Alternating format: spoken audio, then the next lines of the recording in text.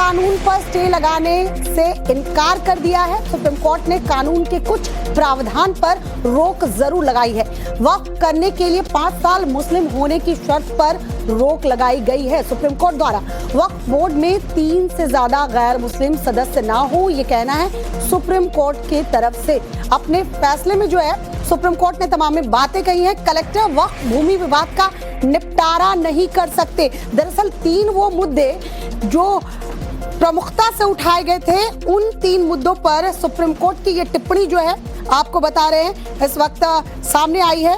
बड़ा फैसला supreme court का।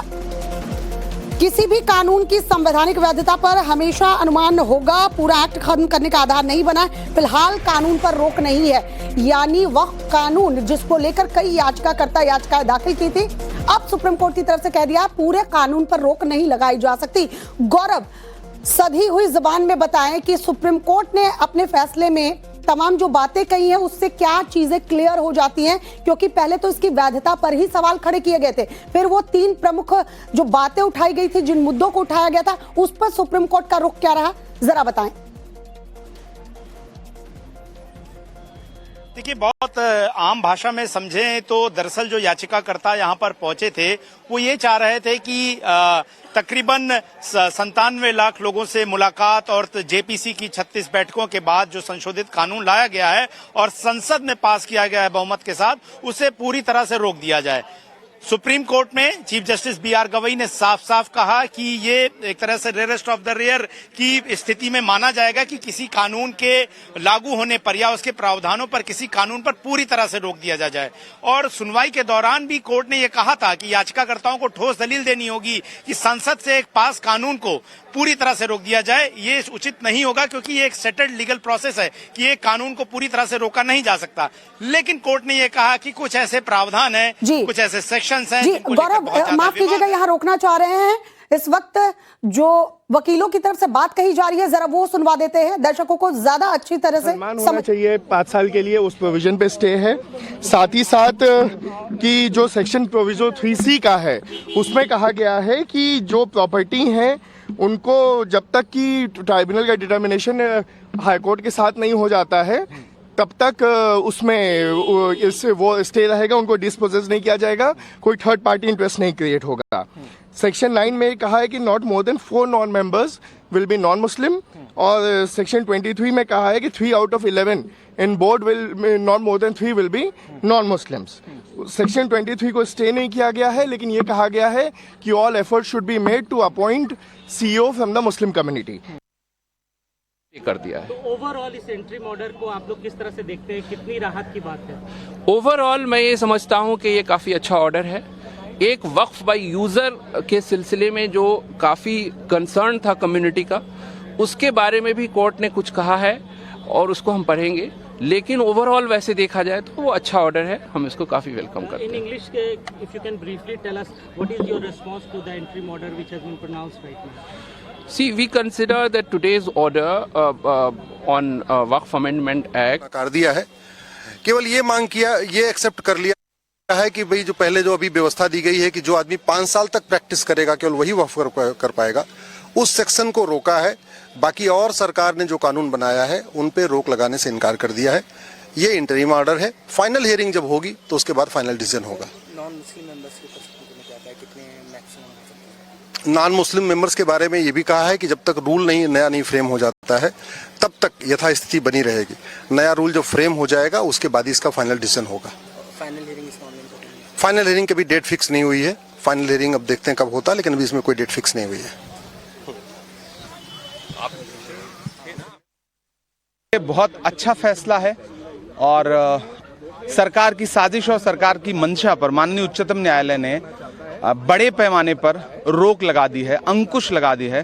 तो पूरे देश में अपनी ज़मीनें दान करने वाले लोग, धार्मिक कामों के लिए, सामाजिक कामों के लिए, जिनको ये डर था कि सरकार उनकी ज़मीनें लूटने की कोशिश करेगी, फौरी तौर पर उनको बहुत बड़ी राहत मिली। 5 साल का भी जिक्र किया है सुप्रीम कोर्ट ने कि इस्लाम का अनुयायी होना जरूरी नहीं है। नहीं, सरकार डिसाइड कैसे करेगी? आप फ्रेम कैसे करोगे? रूल कैसे फ्रेम करोगे? आप कैसे तय करोगे कि कौन 5 साल से प्रैक्टिस कर रहा है? ये तो आस्था का विषय है, ये तो अंतर्मन की बात है। तो माननीय उच्चतम न्यायालय ने इन तमाम संवेदनात्मक पहलुओं को और छोटे छोटे पहलुओं को देखा है। तो मैं बहुत खुश हूं और मुझे अच्छा लग रहा है। एक बहुत बड़ी लड़ाई है इस देश में वक्फ की जमीनों को बचाने की, हम उस लड़ाई को लड़ते रहेंगे। वक्फ बाय यूज़र पे हमारी बात मान ली गई है। इसके साथ साथ जो है प्रोटेक्टेड मॉन्यूमेंट के ऊपर भी हमारी बात मान ली गई है कि कोई थर्ड पार्टी क्लेम नहीं होगा, ये बात मान ली गई है। 5 साल की जो कैद लगाई गई थी वो हटा दी गई है और इसके साथ साथ जो है उम्मीद पोर्टल को डेट को एक्सटेंड करने की बात कही गई है। और वक्फ बाय यूज़र के ऊपर भी हमारा जो वो था कि इसको इस तरह से आर्बिट्री ख़त्म नहीं होना चाहिए, वो बात मान ली गई है।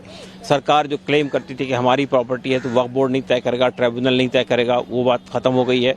तो मेरा कहना यह है कि बाय एंड लार्ज बहुत सारी बातें हमारी स्वीकार कर ली गई है, तो हम समझते हैं कि बड़ी हद तक सेटिस्फैक्ट्री है। जो माननीय सर्वोच्च न्यायालय ने अंतरिम राहत पे विचार करते हुए बहुत स्पष्ट आदेश दिया कि जो वक्फ अमेंडमेंट के जो प्रोविजंस है उसको स्टे नहीं किया गया है। दूसरा बात उन्होंने कहा है कि जो रजिस्ट्रेशन का जो मुद्दा है उस पर भी कोई स्टे नहीं है, यानी कि जो वक्फ रजिस्टर्ड नहीं है या जिसको रजिस्टर नहीं कराया जाएगा वो वक्फ प्रॉपर्टी ट्रीट नहीं होगा। तीसरी बात उन्होंने कहा कि जो नॉन मुस्लिम्स को मेंबर बनाने की बात कही गई है वक्फ बोर्ड में या अपीलेट ट्राइब्यूनल में, उसमें 3 की संख्या नॉन मुस्लिम्स की हो सकती है, उससे ज्यादा की संख्या नहीं हो सकती है। चौथी बात जो उन्होंने कहा है कि जो भी आप किसी को कहते हैं कि इनका वक्फ प्रॉपर्टी जायज नहीं है, कानून सम्मत नहीं है, तो जो प्रोसीजर प्रिस्क्राइब्ड है वक्फ एक्ट में इंक्लूडिंग अमेंडमेंट एक्ट, उसके हिसाब से ही आप उसको उस प्रॉपर्टी से बेदखल कर सकते हैं। तो लगातार रिएक्शंस जो हैं वो सामने आ रहे हैं। रिएक्शंस भी हमने आपको सुनाया, वकीलों का भी कहना सुनाया कि कैसे मुस्लिम पक्ष इस फैसले के बाद संतुष्ट नजर आ रहे हैं, खुश नजर आ रहे हैं। गौरव, 3 जो प्रमुख बिंदु, 3 उन प्रावधानों की बात करें जिस पर रोक लगाई गई है सुप्रीम कोर्ट द्वारा।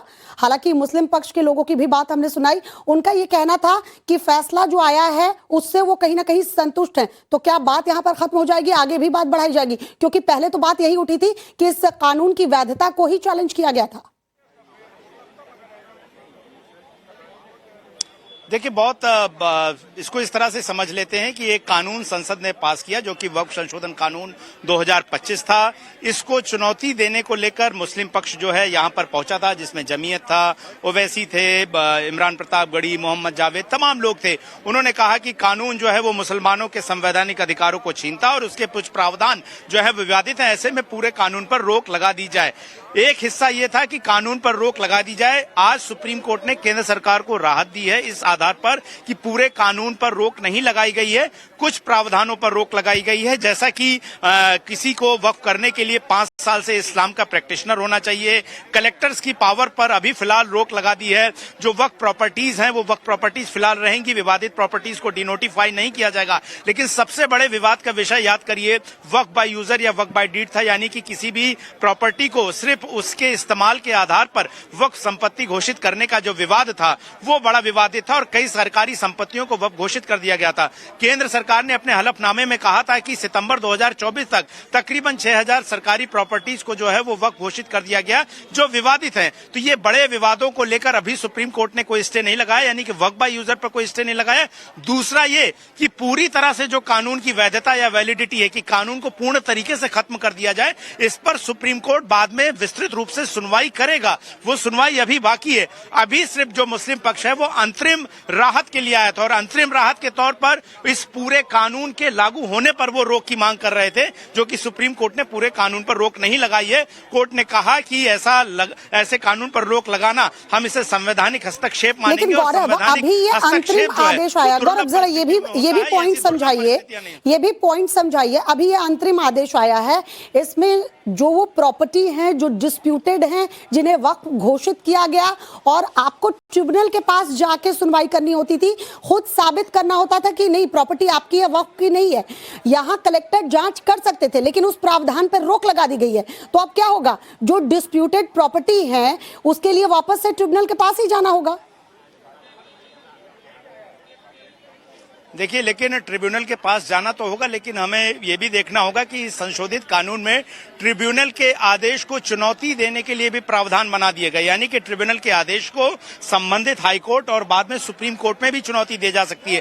पहले ट्रिब्यूनल का आदेश जो है वो फाइनल माना जाता था। यहाँ पर ये जो नया नियम था कि कलेक्टर के आदेश से अगर कोई प्रॉपर्टी विवादित मान ली जाती है और उसमें लगता है कि वो सरकारी संपत्ति है तो उसे विवादित संपत्ति की श्रेणी में डाल देने का प्रावधान था। उस पर रोक तो लगा दी, लेकिन जो फाइनलिटी है वो सिर्फ ट्रिब्यूनल नहीं तय कर सकेगा। ट्रिब्यूनल के बाद हाई कोर्ट और सुप्रीम कोर्ट की भूमिका रहेगी और ऐसे में ये नहीं है कि ट्रिब्यूनल के ही आदेश को अंतिम मान लिया जाएगा। और फिलहाल अगर कहा जाए तो अभी जो विस्तृत आदेश है बहुत कुछ साफ करेगा, लेकिन कलेक्टर के पावर पर रोक जरूर है। लेकिन इससे ये नहीं हो जाएगा कि सिर्फ ट्रिब्यूनल पर केस जीत लेने से किसी व्यक्ति की प्रॉपर्टी जो है वो वक्त के पास चली जाएगी। उसको वो चैलेंज कर सकता है बाकायदा हाई कोर्ट और सुप्रीम कोर्ट में नए आदेशों के मुताबिक। फिलहाल के आदेश से यही समझ में आ रहा है। इसके अलावा जो आपत्ति थी कि नॉन मुस्लिम मेंबर्स को जो है वो गौरव, यहाँ पे रोकना चाहेंगे टीएमसी के सांसद इस वक्त कल्याण बनर्जी हमारे साथ जुड़ चुके हैं।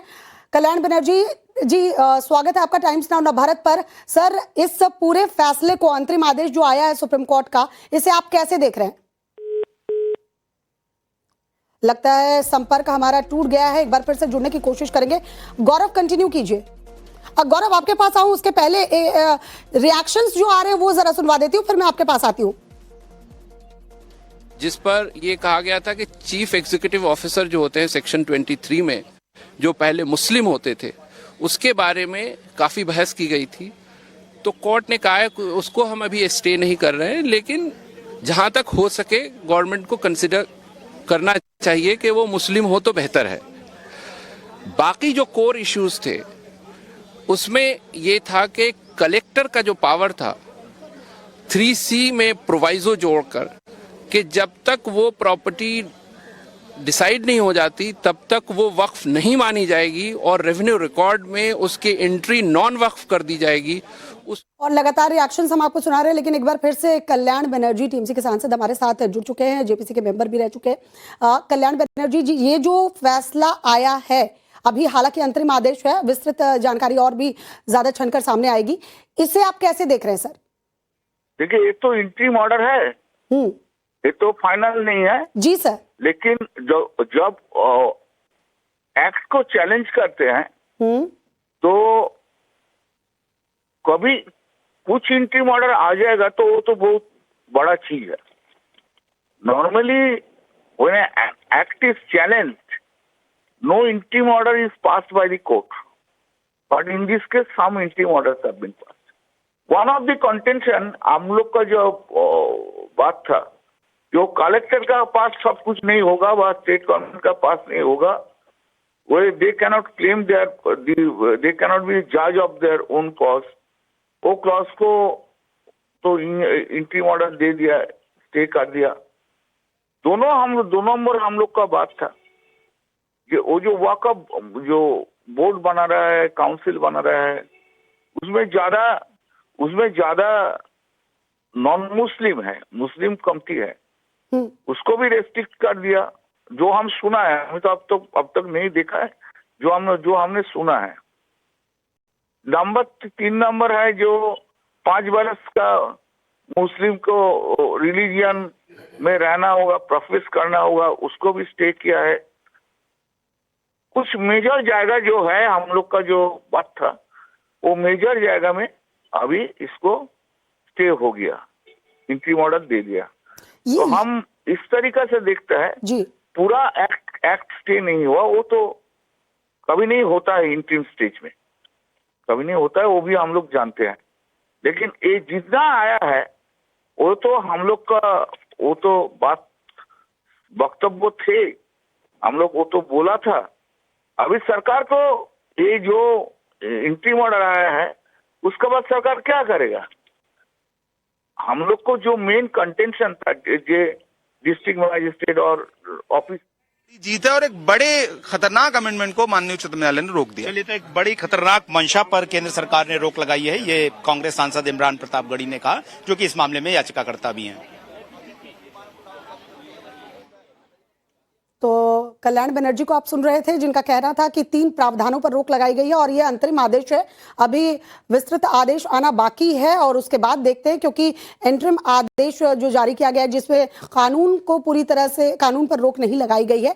गौरव, जो कि इमरान प्रतापगढ़ी सांसद, उनसे बात कर रहे थे। और गौरव, आपने बातचीत की है इमरान प्रतापगढ़ी से, उनका क्या कुछ कहना, पहले दर्शकों को सुनवा देते, फिर मैं आपके पास आती हूं।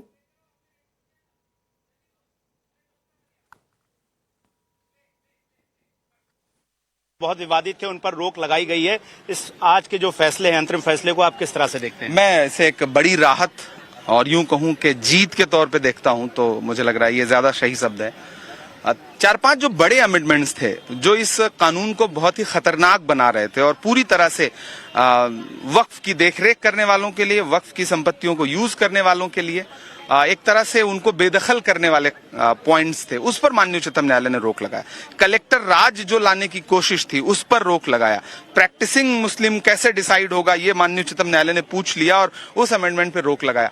तो कुल मिलाकर के मैं इसे एक बड़ी जीत के तौर पे मानूंगा। सवाल यहाँ पर यह भी है कि वक्फ बाय यूजर जो सबसे विवादित विषय है और वक्फ को लेकर जो मिसकॉन्सेप्शन की बात कही जाती है वो वक्फ बाय यूजर के प्रावधान को लेकर कही जाती है, उसको लेकर क्या कोर्ट ने अभी कोई कुछ आदेश में कहा है? देखिए, माननीय उच्चतम न्यायालय ने उस पर भी टिप्पणी की है। पूरा जजमेंट पढ़ने के बाद उस पर विस्तार से बात कर सकेंगे, क्योंकि माननीय उच्चतम न्यायालय का फैसला है और अभी पूरा जजमेंट मिलने के बाद ही हम उस पर शाम तक बात कर पाएंगे। लेकिन जो फौरी तौर पर जो प्रथम दृष्टया हमें जानकारी मिली है उसके हिसाब से माननीय उच्चतम न्यायालय ने जो मोटी मोटी बातें कही हैं वो वक्फ की लड़ाई लड़ने वालों के लिए बड़ी जीत के तौर पर। प्रैक्टिसिंग मुस्लिम की जो बात बार बार कह रही थी, ये क्या ऐसा कोई पैमाना धार्मिक ग्रंथों में उल्लेख है कि 5 साल से तय हो जाएगा कि कोई इस्लाम मानता है या नहीं मानता है? नहीं, अगर मुझे तो हैरत है कि वो किसी धर्म में कैसे तय होगा, सिर्फ इस्लाम में नहीं।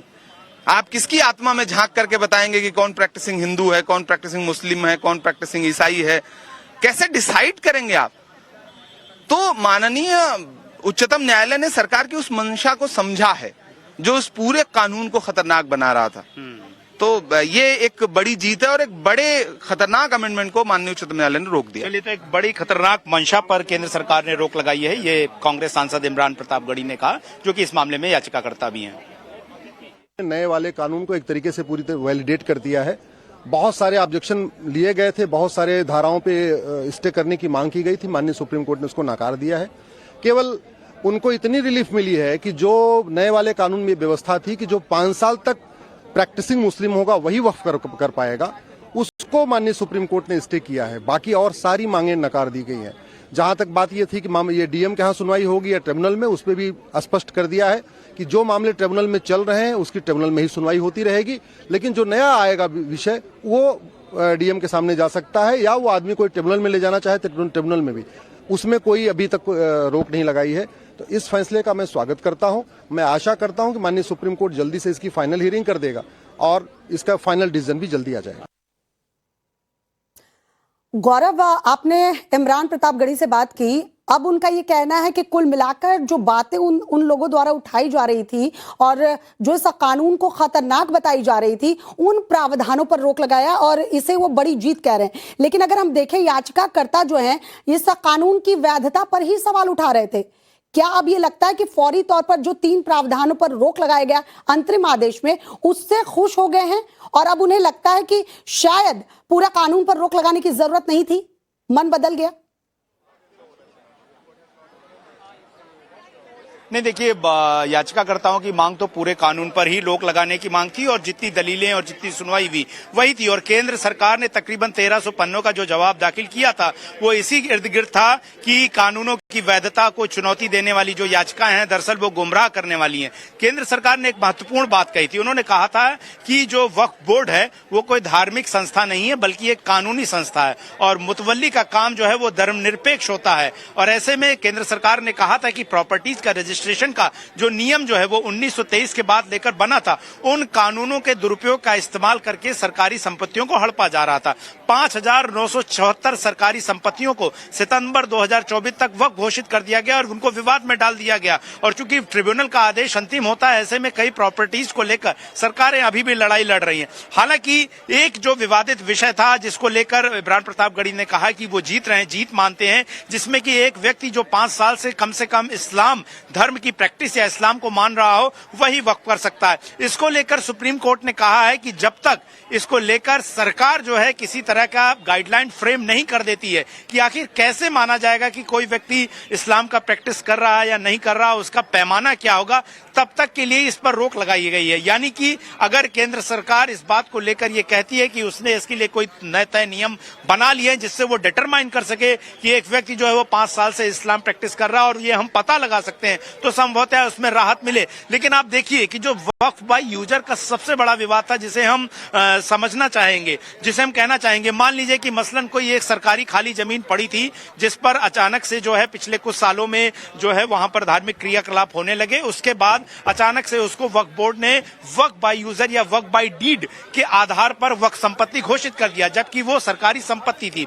यही उदाहरण जो है केंद्र सरकार ने दिए थे कि कई तमिलनाडु के एक गांव का उदाहरण दिया गया जहां पे एक पूरे गांव को जो है वक्फ संपत्ति घोषित कर दिया गया, जहां पर बहुत सारे सैकड़ों साल पुराने मंदिर थे। तो अगर देखा जाए तो कोर्ट ने उन प्रावधानों पर वक्फ बाय यूजर या वक्फ बाय डीड के प्रावधान पर आदेश सुनाते वक्त तो कोई रोक नहीं लगाई है। और जाहिर तौर पर जो कानून की पूरी वैधता है कि क्या कानून को रद्द ही कर दिया जाए, इस पर सुप्रीम कोर्ट अलग से सुनवाई करेगा। लेकिन अपने अपने हिस्से की जीत और अपने अपने हिस्से की हार जो है वो दोनों पक्ष जो है इस वक्त बता रहे हैं। लेकिन मुस्लिम पक्ष का कहना है कि जो ऐसे प्रावधान जो उन्हें लगता था कि खतरनाक है और उनका उस पर खास तौर पर जो है चाहते थे रोक लगे, वो लगे, लेकिन वक्फ बाय यूजर पर रोक नहीं लगा है। और इसको अगर हम अभी कानूनी जानकारों से समझेंगे, सरकार के लोगों से भी सुनेंगे, तो सरकार के लिए जो सबसे बड़े विवाद का विषय था फिलहाल जो है उस पर जो है बहुत ज्यादा राहत मुस्लिम पक्ष को नहीं मिली है। दूसरा ये महत्वपूर्ण चीज है कि कलेक्टर के पावर को खत्म जरूर किया गया या उस पर रोक जरूर लगाई गई है,